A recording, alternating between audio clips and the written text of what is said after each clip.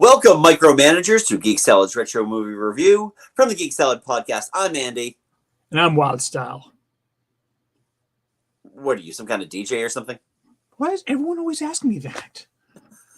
And we are continuing the month of Ani-MAY-tion with a look at a personal favorite of both Mike's and mine, the Lego Movie. Yes. I was so happy to watch this again. Not only did I watch this, I did watch Lego Movie 2, the second part. And both movies are gold. But yes, keeping on keeping in just what we're talking about today, the Lego Movie. It is definitely one of the best animated movies of the last decade. Oh, easily, Hands down. And for a movie that, when they first announced it, it was like, I think everyone kind of had the same reaction. A movie about Legos? Yeah. What the hell is this? No way. Well, a lot of us thought that it was going to be just a crass commercial tie-in. Yeah. Like something like the Emoji Movie. Right, which came afterwards. Yeah. The Emoji Movie, the Playmobil Movie, these came afterwards. I watched it today for the first time since I saw it in theaters. Yeah, it does rule. Yeah. It is still on HBO. Or I'm sorry, Max. It's still on that. The second part just left though, but you can find it on Tubi. Which is cool. But yeah, I mean there's so much about this movie that just friggin' rocks. Starting full off. You saw this in the theater with me, right? I remember seeing it with Joe, and I remember we both brought our daughters. But did you come with us? Yes, I believe so, yeah. Okay. What I was blown away by the most, seeing it on screen, was that if you would be completely forgiven if you thought this was stop motion. Yes. It's that convincing. Oh, they do a fantastic job emulating stop motion. Yeah. It is not only that, they're not only emulating that, but if you look at the characters themselves, when you get the close-ups, you see thread marks, you see shine. There is like this shine, like this room shine that hits like flat and rounded off surfaces. I mean, hell, look at Benny. The way that Benny's helmet is cracked there, and his logo is wearing off. Those kinds of things are really this nice little details. And when you get close up to anything, you can see the division of the bricks. Yeah. Any house, all of these surfaces all have the little, they're all Lego surfaces. And it's so cool that they were able to render that in such a way that it looked authentically Lego. Yeah. I mean, hell, even like when they're like in the ocean, or when he's in the shower and you have the little water things, the beads, the motion of the ocean. Yeah. It really is cool. Yeah. Explosions, stuff like that. It all really works really, really well. And tying it into real world stuff. The Craggle, the cloak of Ben-Daid. The knife of the sword of Exact Zero. Yeah. The remover of the Nail Polish. All these great little bits here. Now the beauty of this movie too is that it's all about creativity. It fosters creativity, no matter how kind of like dumb your still ideas. It's double-decker couch. So wait. When someone's sitting on the top, on the bottom, do they just like look through a bunch of legs? It doesn't make sense. It's the dumbest idea ever. The movie itself is buoyed by strong characters, which I love. It's so hard to remember that this movie was the first real movie where we got to see Chris Pine, the movie star. We'd seen him in other movies. Chris Pratt. Sorry, did I say Chris Pine? I meant Chris Pratt. All the Chris's. From below. Sounds like Soren. Yeah, exactly. Which is That's why you I had always get want up to be on the front. top row. Yeah. Yeah, but Chris Pratt is, I mean, this was his big theatrical kind of coming out party. He'd done movies before, and we all knew him as Andy Dwyer on Parks and Rec. But he is so. Was this before Guardians? Yes, it was released the same year as Guardians, but Guardians was an August release. Oh, and this is February. Yeah. So there was a big, yeah, this was a winter animated movie. It was, but it was the first time that we really get to see kind of Chris Pratt in action to carry something solo. Right. Yeah, Elizabeth Banks, who at this point was an established star, is excellent. Yes. What's really interesting about this is that outside of like the heaviest of hitters, Morgan Freeman and Will Ferrell, most of the voices really kind of sit in the background. Yeah. I mean, Will Arnett is so good as Batman. Yeah. I was listening to a podcast today where someone was like, yeah, Will Arnett is my Batman. And the fact that he does that whole darkness song. Oh, man. Well, that's the best part about it, too. And I feel like there's a section, especially of the Warner animation studios, that really do not get along well with the movie thing. And we've had discussions both on the podcast and here before about like that there is a line of division between TV and animation and the movies when you're dealing with DC characters. So being able to take a DC character like Batman, put him in this animated movie, and just have him send up every Batman trope there is just so brilliant. Yeah, well, especially with Batman, because DC's usually, especially about with him, they are very protective. Right, they are. He's so good in this though, just because he's self-centered. He's still like he's got to be the hero. There's that great bit too where he knocks that robot out to gain entry, and he throws the Batarang, and it just like misses the button, and he has to throw a whole bunch. First try. And honestly, when you're talking about the voice cast, you would be very, very remiss if you missed Liam Neeson as good cop and bad cop. And oh my god, parents and his parents, yeah. The good cop, bad cop stuff is really funny.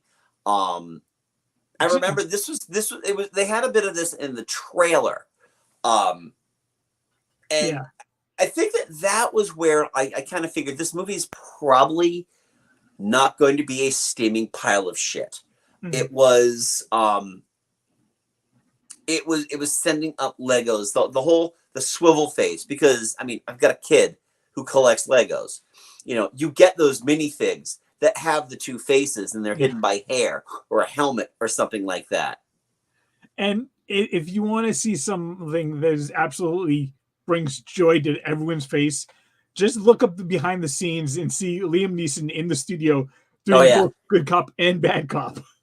He this was a run of years that he had where he was like really embracing his funny side. Yeah.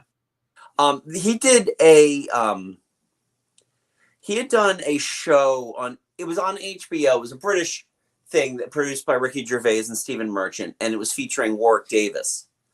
And they brought Liam Neeson in to kind of do something funny. And every sketch that he proposed required the character to be dying of AIDS. And he just kept pushing this and pushing it. But he's pushing it in that brogue that he has. So are they dying of AIDS then? And then, the scene in Ted where he goes to buy the Lucky Charms. I honestly, I haven't seen Ted. Okay, there's a scene, I don't remember if it's Ted or Ted 2, but he walks up to Ted, who's working at the grocery store. I understand that these Lucky Charms these tricks are solely for kids. Is that true? No, you can also eat them. I have your word on that. I won't be followed out of here. Yeah, no, you can buy them. They're not just for kids. You've done me a great favor. I won't forget you. Oh, it was Ted. Okay, it was Ted 2. All right, I figured it was. I've seen Ted 2 once. I've seen that scene about 1,000 times. But yeah, he's fantastic, and I love when Liam Neeson can be funny. Yeah. I actually watched recently an old SNL skit during the Seth Meyers days of SNL, where he was on a reality show called "You Call This a House, Do You?"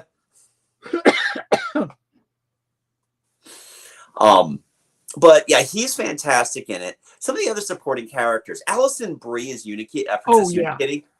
Fantastic. And this is around the time that she was kind of coming out on her own as well. Just except for the dark emotions which you hide very deep down inside, where you'll never, ever, ever, ever find them. The whole thing when she's describing all the rules of Cloud Cuckoo Land. You just said no like 12 different times. And no consistency. And no contradiction. It's really good. The Cloud Cuckoo Land scene is one of my favorite scenes because it's fun to watch just in and of itself. But when you put it into context of what it really was, it makes so much sense. That Finn was allowed to play with his dad's Legos, but he was only allowed to play with the cast-offs. Yeah.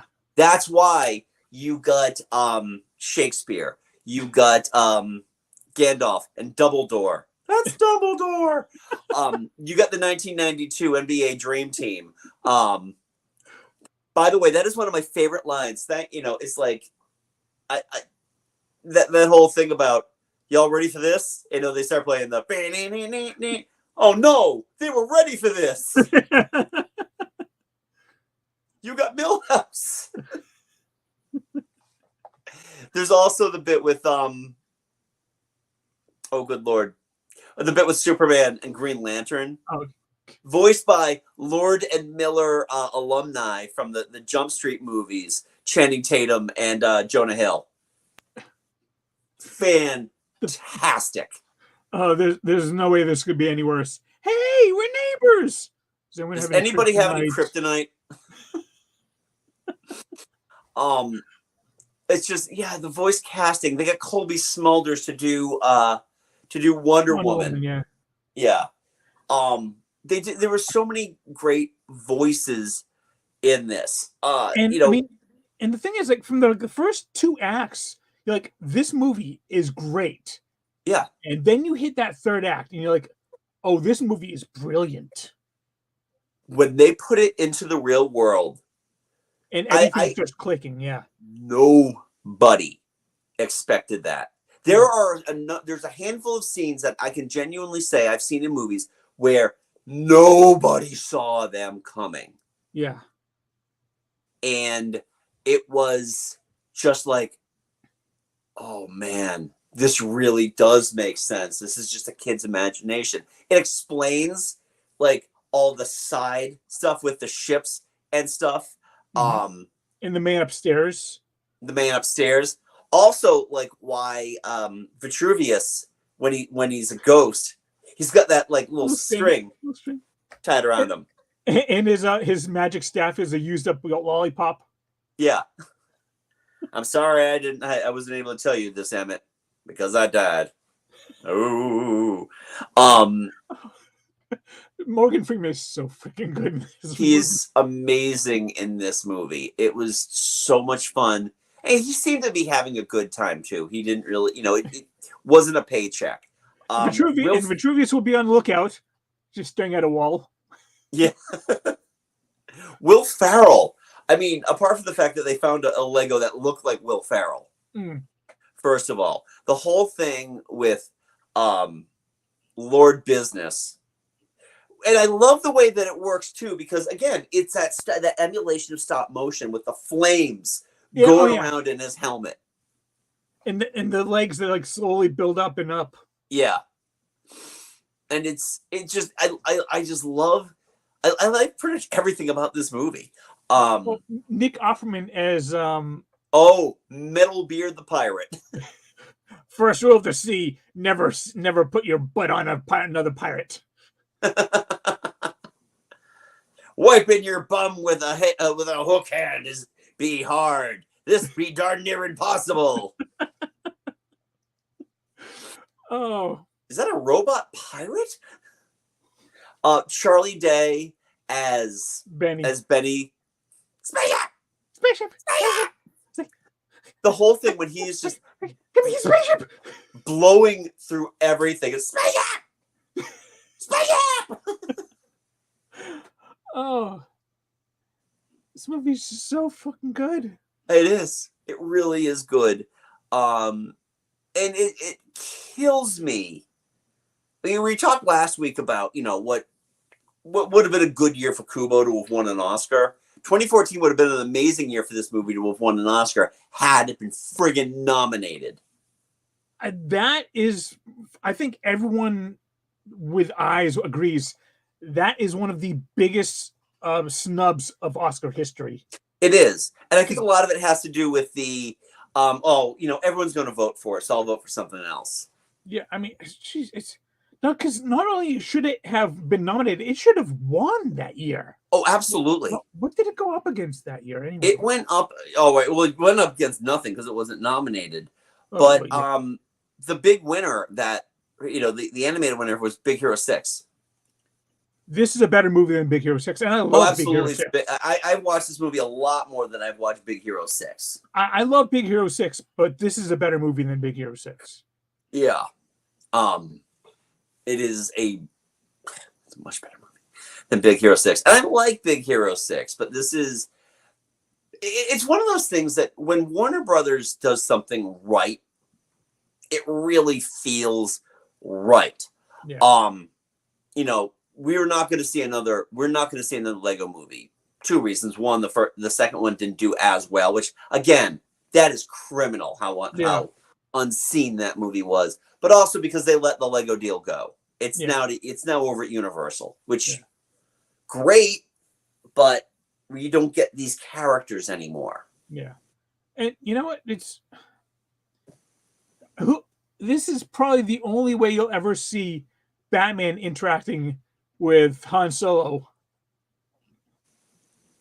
Yeah, that furry guy was a chick. Who wasn't a chick. Neither was the robot. Hey, it's important for our relationship that when I want to go out and hang out with a bunch of guys that I just met, you let me. Awesome. It was totally, and again, completely out of the blue. Yeah. It just happens. And that's the other thing about this movie too, is that this movie almost never slows down. No. I mean, you need to slow down a little bit for certain moments when you're building the character, but for the most part, this movie, the cameras fly through cities, they fly through everything. Emmett's entire morning works really, really fast. Yeah, I would say the first time it really kind of slows down is when Bad Cop is doing the interrogation. He's just like showing all of his coworkers, like, Emmett who? It's like, and that part's just so sad. Yeah, it's the perfect way to just kind of get you on Emmett's side, because it's like, this is a guy that really has nobody except his pet plant. Right. His pet plant is his best friend. I mean, that's... And when you think about that in context to the Legos themselves, what is he? He's a construction Lego. That's it. Nameless construction Lego. Construction guy, yeah, that's it. Yeah. And he probably came with a truck or something like that. Yeah. But now he's the hero of the story. Yeah. Which is really cool how that works. He's the special. He's the special. I love too that they pretty much had the Craggle glued to him for most of the movie. Yeah. I also love too that the detonator was set up with a 9-volt battery. I love how all the computers was just it was clearly just some guy doing a falsetto, like all of my micromanagers. Oh yeah, micromanaging now, and that's all it was. Right, but also the sounds that you could tell that it were Finn. Later on when you're introduced to Finn, all the ships and stuff like that. sound. Oh man, this is definitely one of the best animated movies I've ever seen. Yeah, hands down. I would not disagree. Yeah, Lord and Miller are fantastic directors. It's also the second Lord and Miller movie we're covering this month. I mean, they didn't direct Into the Spider-Verse. Right, they produced They were heavily involved in it. Yeah, they're the ones that get to walk away with the Oscar for it. But yeah, no, this opened up the doors that got them the initial gig for Solo and the initial gig for Flashpoint. Oh yeah, that's right. They were supposed to do that one, weren't they? Yeah. Solo only came out 4 years afterwards and only went through one other director. Flashpoint will never make its money back. Or Flash, sorry. Yeah. Is it? What is it? Was that like 200-300 million now? That's the production. Yeah. That's not counting delays. That's not all the money that they probably paid, all of the other people to conceive various things for it, all the directors they've hired, all the time that it takes for them to come up with a vision only to be removed from it. Keep in mind, Flashpoint has been active since 2016, I think.